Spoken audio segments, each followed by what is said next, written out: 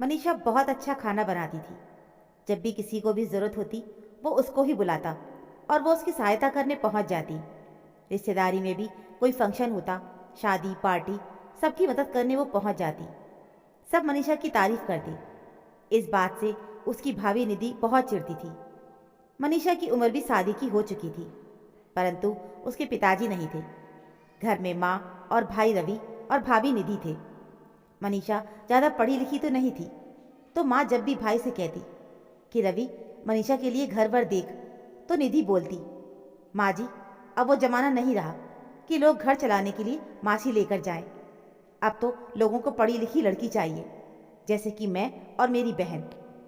रवि भी यही कहता, माँ इसके हिसाब का लड़का मिले तो सही। कुछ दिनों के बाद मनीषा की मौसी उनके घर आई। उनका बेटा बैंक में था। उन्हें मनीषा अपने बेटे राजेश के लिए बहुत पसंद आई, पर निधि चाहती थी कि राजेश की शादी उसकी बहन गरिमा से हो।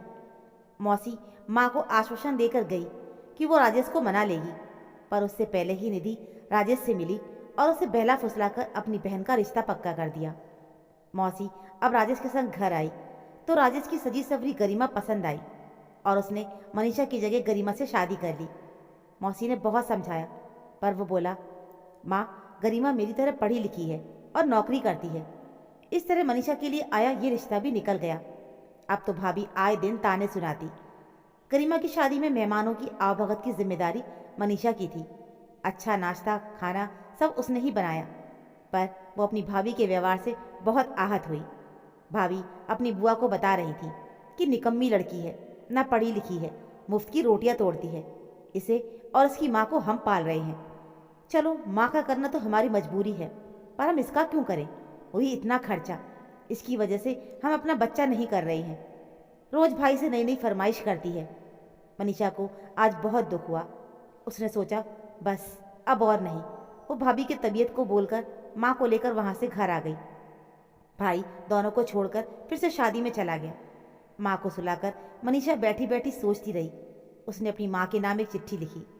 माँ, मैं आप सब पर बोझ हो गई हूँ। मैं जा रही हूँ।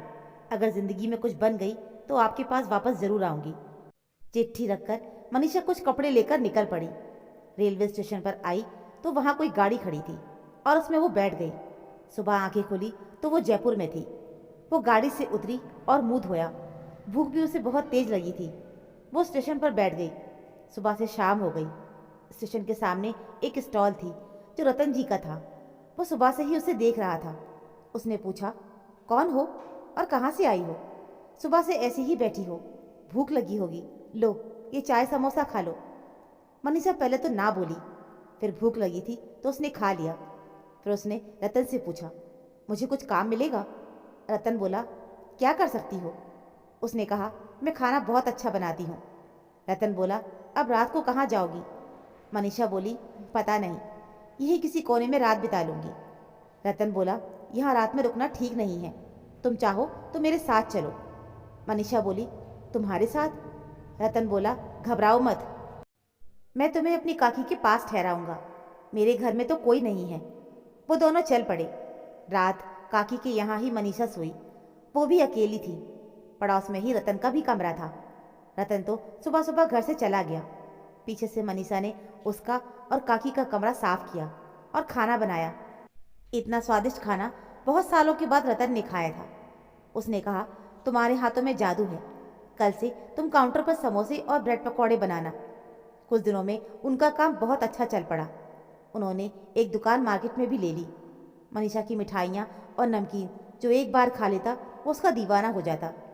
धीरे धीरे रेस्टोरेंट और मिठाई की दुकान सभी शहरों में स्थापित हो गई। टीवी पर मनीषा का इंटरव्यू था, जो घर में माँ भाई भाभी सब देख रहे थे। भाभी को वो दिन याद आ रहा था जब वो घर से गई थी तो भाभी ने उसे बदचलन, आवारा, जाने क्या क्या कहा था। एंकर ने पूछा, आप इतनी तरक्की का श्रेय किसे देंगी? मनीषा बोली, मेरी भाभी को। अगर वो मुझे निकम्मा नकारा बोझ ना कहती तो मैं आज स्वावलंबी ना होती। अगले दिन घर के बाहर एक बहुत बड़ी गाड़ी खड़ी थी जिसमें से रतन और मनीषा उतरे। मनीषा माँ के गले लगकर रो पड़ी। बोली, माँ आप चलो यहाँ से, अब मेरे साथ ही रहोगी। भाभी बोली, मुझे माफ़ कर दो मनीषा। मनीषा बोली, नहीं भाभी, आपका अपमान ही तो आज ये सम्मान का अवसर लाया है। मैं किसी से नाराज़ नहीं हूँ। देखो ना, आप लोगों के आशीर्वाद से आज मैं कहाँ से कहाँ आ गई। रतन जी का तो मैं सबसे ज़्यादा धन्यवाद करूँगी, जिन्होंने कठिन समय में मेरा साथ दिया और मुझे अपनाया। ऐसा जीवन साथी पाकर मैं धन्य हो गई हूँ। सच है दोस्तों, कभी कभी हमारा बुरा वक्त हमारे जीवन को एक नई दिशा दे जाता है। तो दोस्तों, मुझे उम्मीद है आपको हमारी कहानी ज़रूर पसंद आई होगी।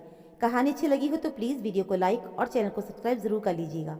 मिलते हैं फिर एक और नई कहानी के साथ। तब तक के लिए धन्यवाद।